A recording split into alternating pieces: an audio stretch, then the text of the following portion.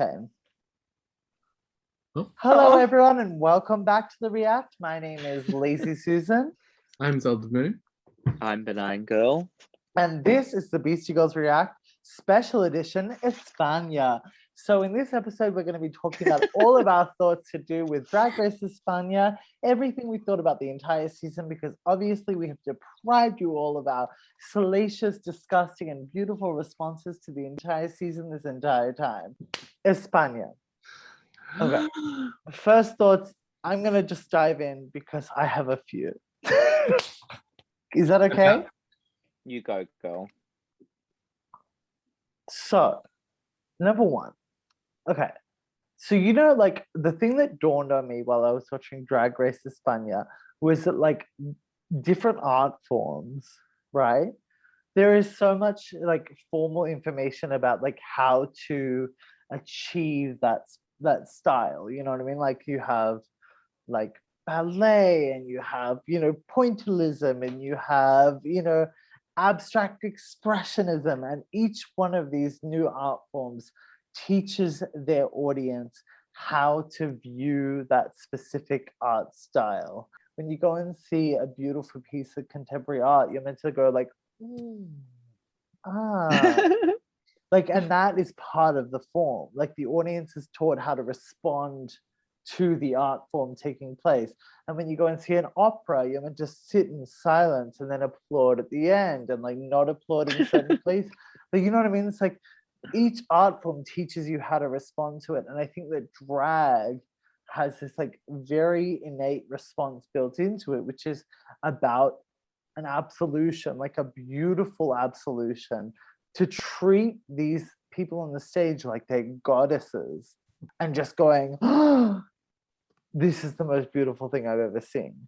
Because like, even if it isn't the most beautiful thing you've ever seen, the second you give yourself over to the impersonation of someone that's having like a holy experience of drag, you actually become that as an experience. When you're in a club full of people being like, I can't believe this is the most beautiful woman I've ever seen before, and she's dancing like I've never seen anyone dance, you're actually experiencing that. You stop with the bullshit of this like constant critique and trash. That's why drag is fucking amazing. It's because when you're in the club, you honestly believe you're seeing the most beautiful woman that's ever existed. And you're seeing a woman dance who's never danced like this before. And that is what I felt from España. I felt like the judges and everyone involved was like committed to the experience of drag in a way that is a contract between the art of drag and the audience of drag. This is like, you need to respond to it in your core, most guttural, emotional experience. And I think it was beautiful because of that. Yeah. Even in this final episode, like all of the judges are experiencing it in that exact way, after 8 weeks of doing it, or 8, weeks of doing it. Yeah, it's just very like, yeah, I mean, I've said this before, but like everyone in that room is just so happy to be there and have that experience together, and it makes all the difference. Totally. It's so good. That's so true. I didn't really think about that, but that, because at the end of this last episode when they were like the couple like gives each other a kiss and everyone's like, oh my god, and like the gal judge is like having the best time and stuff. It's like, yeah, because they're actually like, they get it. Yeah. And I think like, unlike like I don't have anything bad to say about Reese Nicholson. He's great, but also is he like at the club all the time? I'm not sure. Well, do maybe you know he what? is. I think it's like it's like you can have one person that is bringing the like, and I would say the boyfriend, as I refer to him, the blonde boyfriend on España is bringing the cynicism that is also incredibly important to drag, because you don't get anywhere if everyone is just gushing. But like, because Rue, Michelle, and Reese are all that same type of cynical, like hard world drag, you don't have any of these people that are still impressed by drag. Yeah. And I also, and like with that, I feel like the judging on Espana is less judgy. It's more like guidance and personal opinions voiced as personal opinions, Yeah. which I think is really important, because none of them are coming at it from this like, like RuPaul level seasoned drag performer background, and they're not pretending to. It's like, and I think that criticism is just as valid. Like, you almost, you can get you get the drag critiques from your sisters, but it's kind of really important as a performer to get audience critique from the judges, because they're who you are trying to engage with and entertain. So like, I think that perspective as a judge almost works better, because also it's not a compliment sandwich, but it kind of is, because they are enamored with the art of drag, because they don't live and breathe it all the time, which I think is refreshing and great. Totally. I mean, that whole thing of, I mean, who was it in the finale that was talking about, I guess it must have been Carmen Farala, like talking about her experience of coming to drag without a skill set and then developing it, like because she didn't have the money to become a seamstress or anything.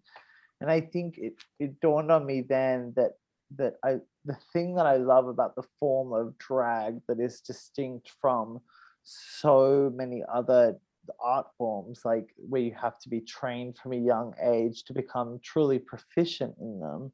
Like if I want to become a world-class violinist at this point, it's kind of useless, but I could still become a world-class drag queen. Do you know what I mean? Like there are so many things that like entrenched in, like you have to be trained from a young age, and thus you have to be given access to a lot of capital at a young age.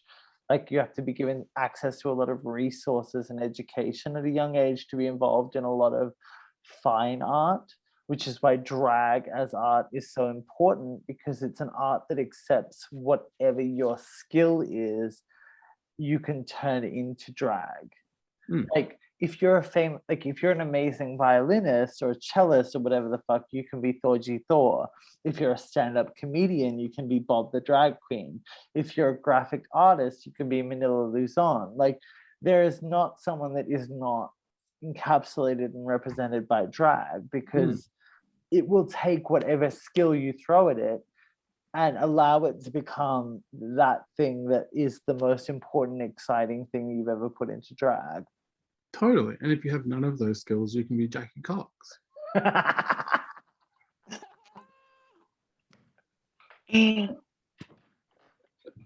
Jackie.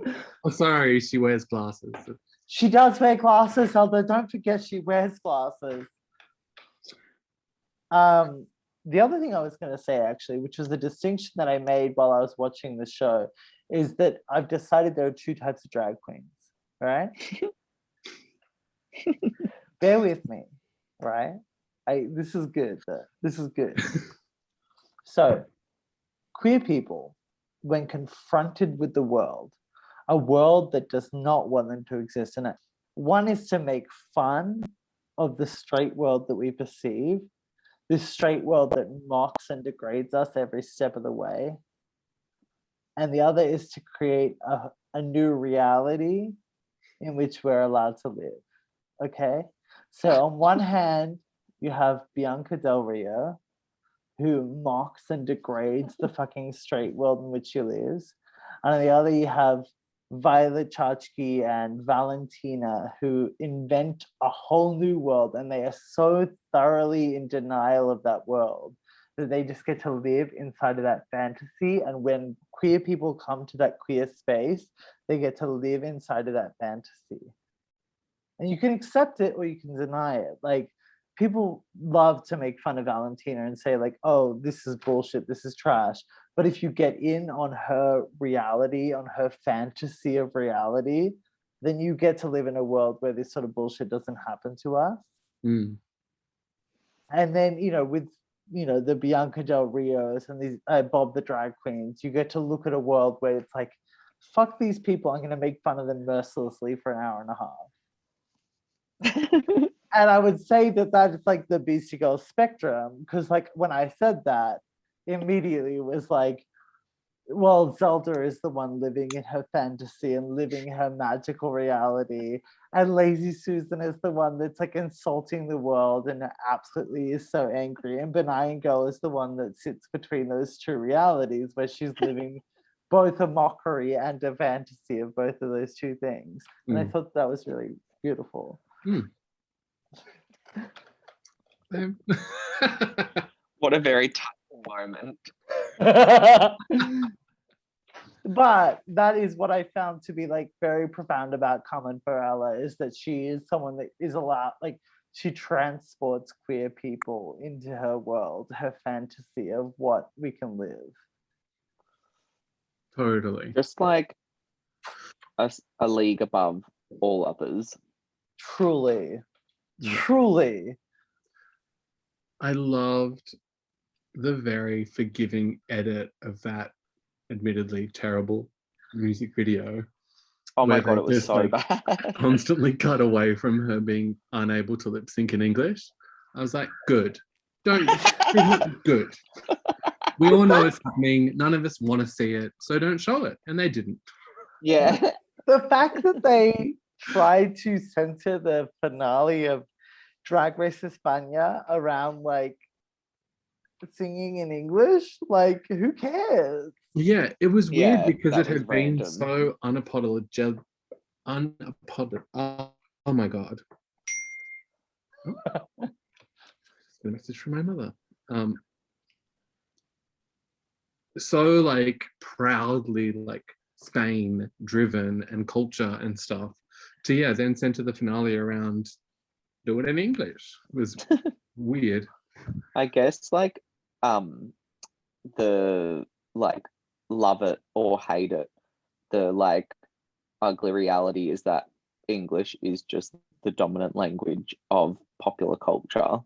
And like if they want to like break into the international market there, if they want to be Valentina or they want to be and they want to go to America and stuff, they have to speak English. But there's so many Unfortunately, countries right? where you could speak Spanish and be like a star. Like, the majority of like South America, like it's just like I feel like like you could have a whole fucking like there's a reason that Shakira is that bitch. Like you can have a whole career just in Spanish without even worrying about speaking English. Like it's tragic.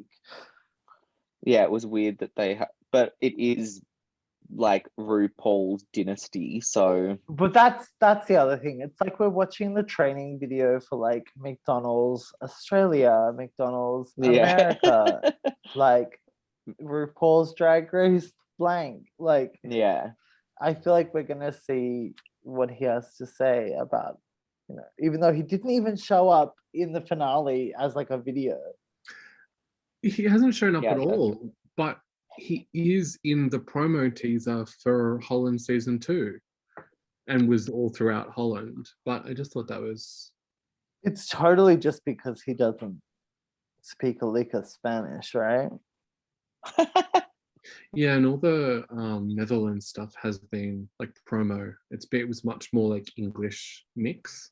Right? Whereas Spain really didn't mix a lot at all.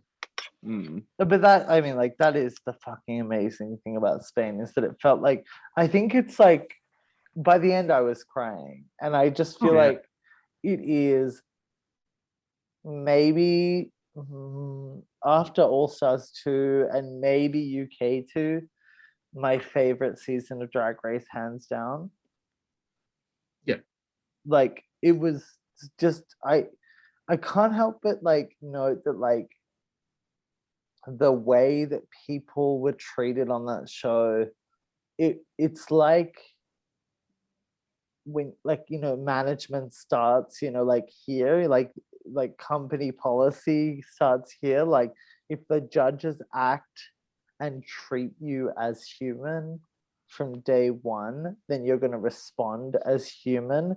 And I feel like all of the contestants were being treated like complex, interesting human beings from day one by the judges. And as such, when they were like, that was what was valued on the runway, that was what was valued when they were talking on the main stage, and thus it went backstage as well, because the way they spoke to each other was like, just, they were all trying to uplift each other, and they were all trying to have fun, and that like Supreme like set that tone from day one. Like I feel like she just like was that fucking bitch.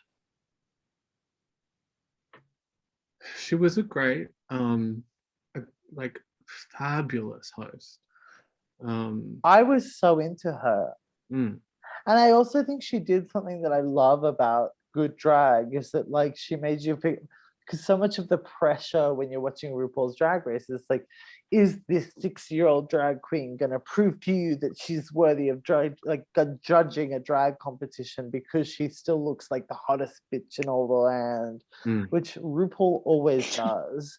But at the same time, it's like, who gives a shit? If you see a 60-year-old drag queen in the club, does she look like a fucking model? No. Is she still the top bitch in the land? Fuck yeah. It's like, I would never fucking talk down Paris in our fucking Melbourne scene. yeah, totally. And she doesn't look like RuPaul, but she's that fucking bitch.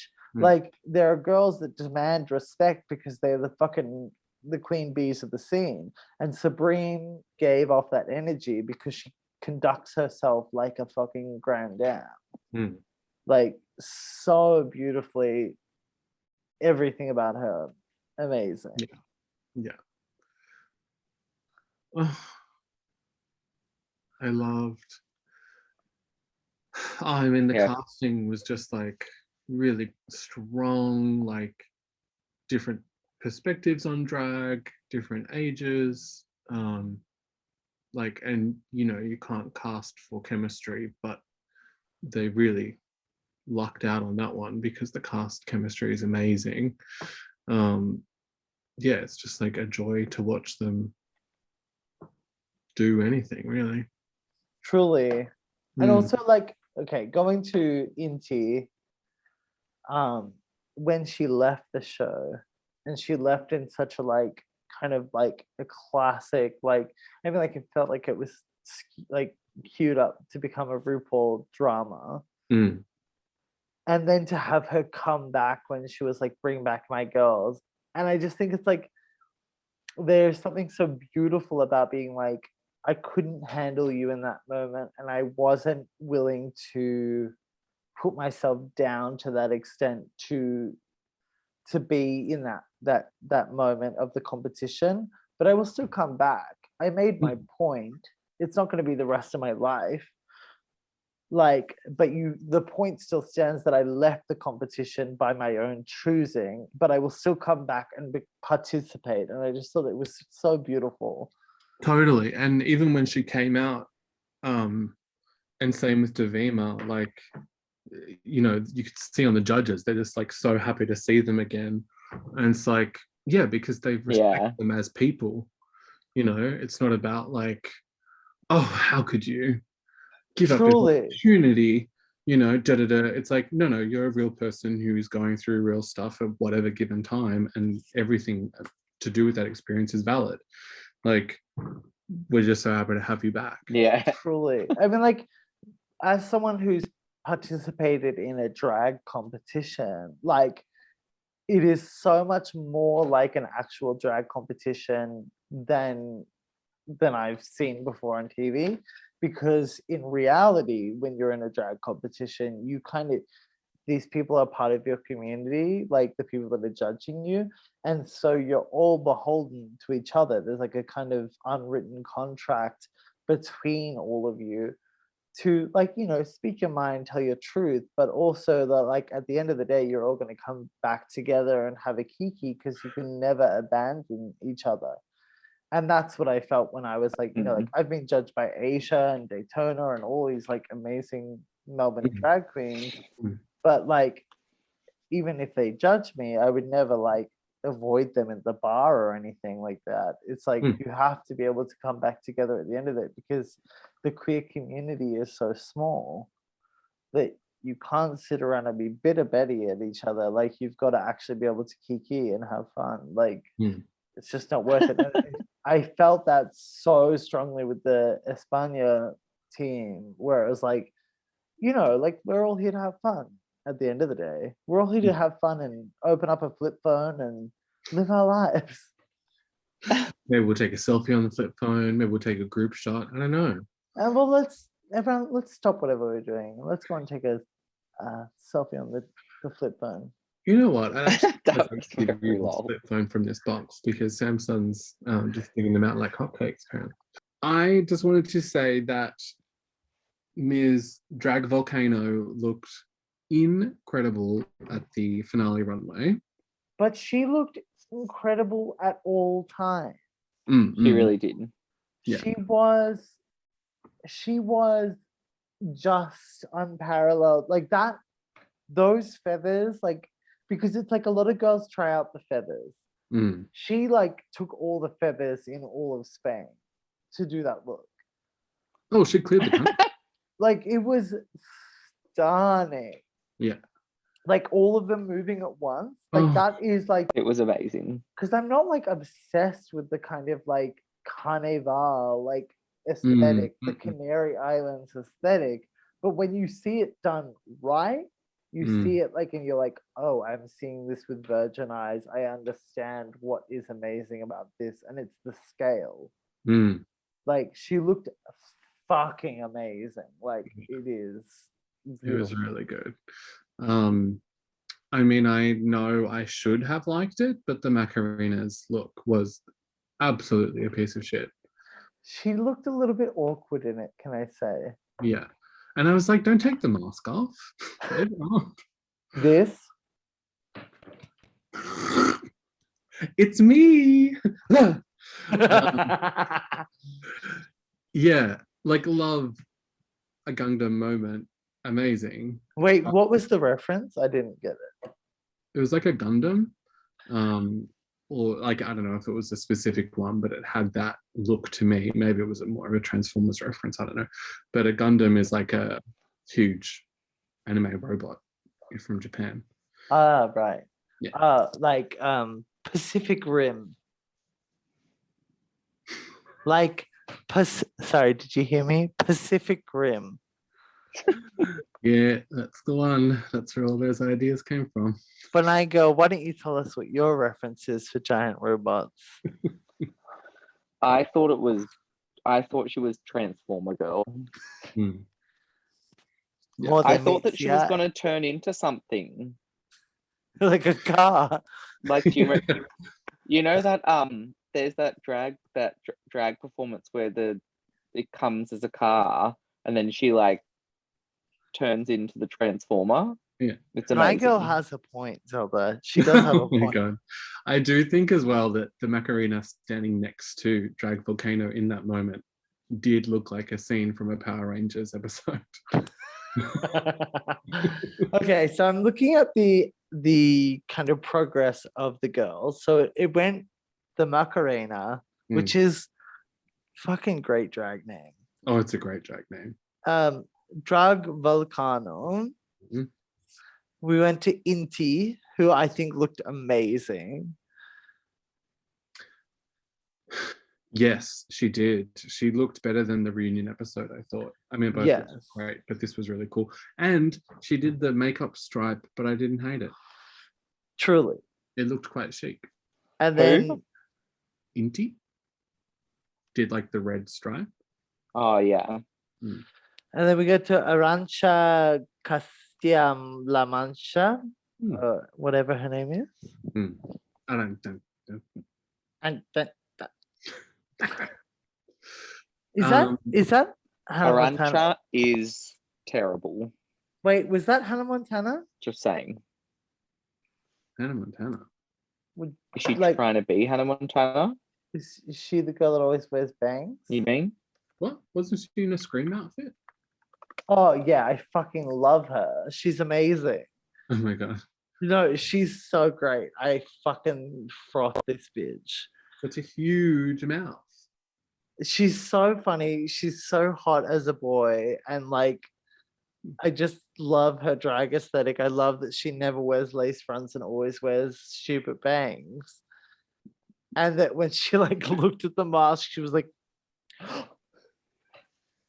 Yeah, that was funny. I thought she was so good. It's good. I hate it. And then who's next? Hugo Gasio, Yeah. so our girl, the Miss Art Queen, I thought she's she definitely nailing fucking the sold aesthetic. the runway. Yeah, she looks really great. She always looks amazing. Yeah, and like her main issue was that she couldn't serve in acting challenges. Yeah. Like, Yeah. Really and then strong looks.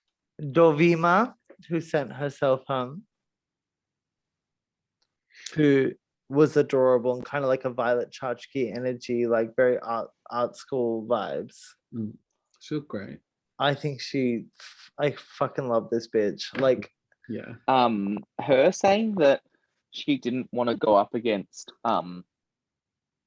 Sagittaria because she like thought that she deserved it more and blah blah blah. It's like, really? Girl. can I say, like, I've thought about this a lot because I think about like, do you guys think about like, do you think that there are girls that you would prefer to win Drag Race over you?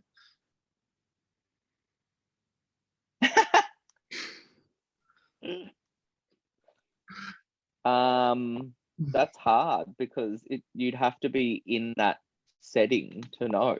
But okay, so specifically, I mean, like, obviously, I'm assuming this is a world where like we're not in the same season because that's a whole different kind of kettle of fish. But like, I imagine arriving to Drag Race and seeing Asia Buffet, right, and being like, you are the person that I think should be a fucking Drag Race queen. Because like you are fucking amazingly talented, super funny, and like you are that bitch, right? But like in the same way that like we're talking about not wanting to go up to Sagittarius, like the only way that I think I would want Asia to win, and I think that she would want to win, is if I gave her the fucking game of her life.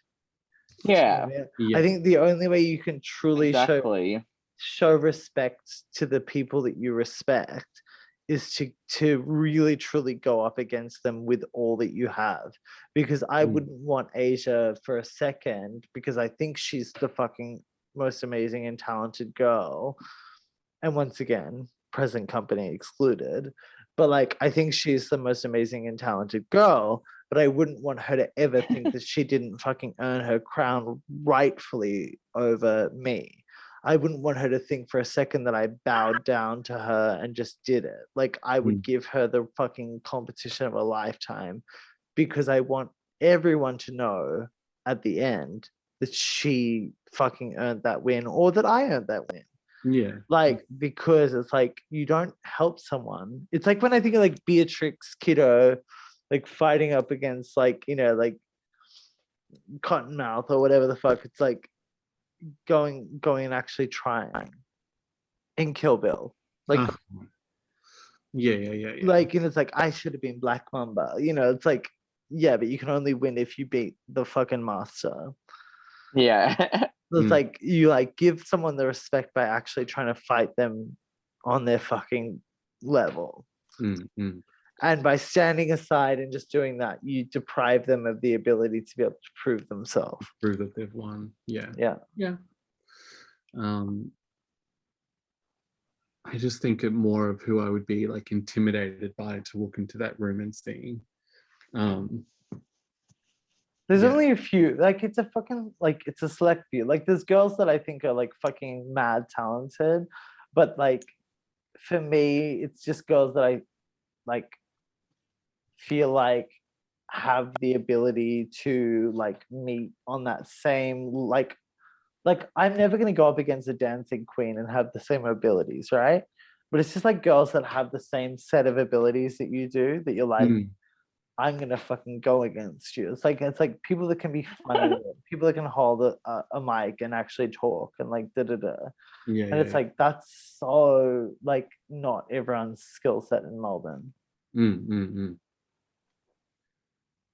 I just want Vanity to be on season 2. But yeah, like I can't imagine going into like no matter who I was up against, even if I was in that situation that Davima was in, I can't imagine being there and just being like, I'm just going to stand here and not lip sync.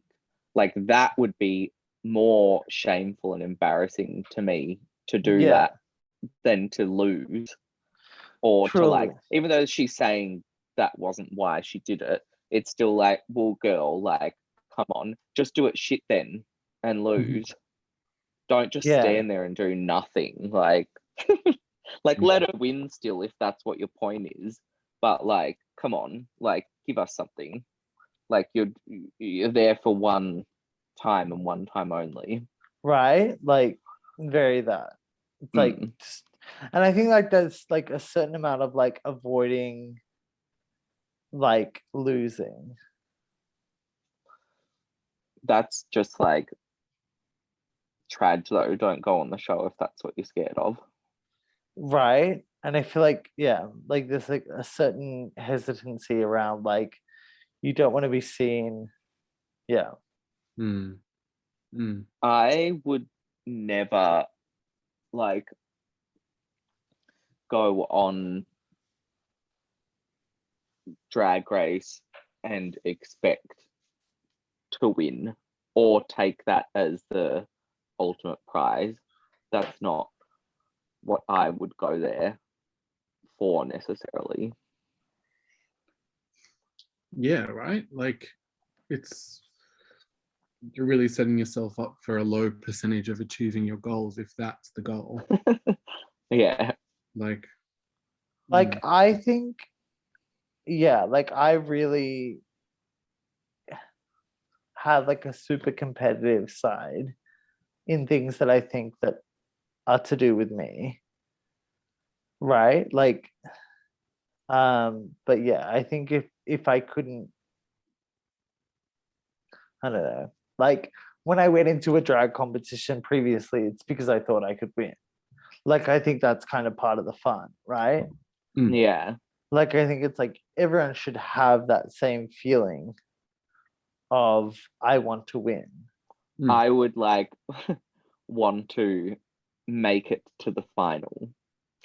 But like yeah, I don't know. It's like there's so many things that I can't do that are demanded of a drag race contestant. Like I can't dance particularly at all, and like I can't do so many things. But it's like at the same time, I would want to go on and win. Like that's why I'm there. Like to be a competitor. Well, speaking of winning, are we all very pleased? Yeah. Crowned Queen, Carmen Falala. I am absolutely over the moon. Yeah. She is truly just an amazing person. I love her. The best. Even her 5 stars. like Tic Tac talk. I was like, oh, I love you even more. Yeah, and just like yeah, the look that she served at the end with like the revealing the wet hair. We were with Carlos and he was like, this is like one of my dad's favorite songs, and like this beautiful like the song at the end was just truly touching. The song was amazing.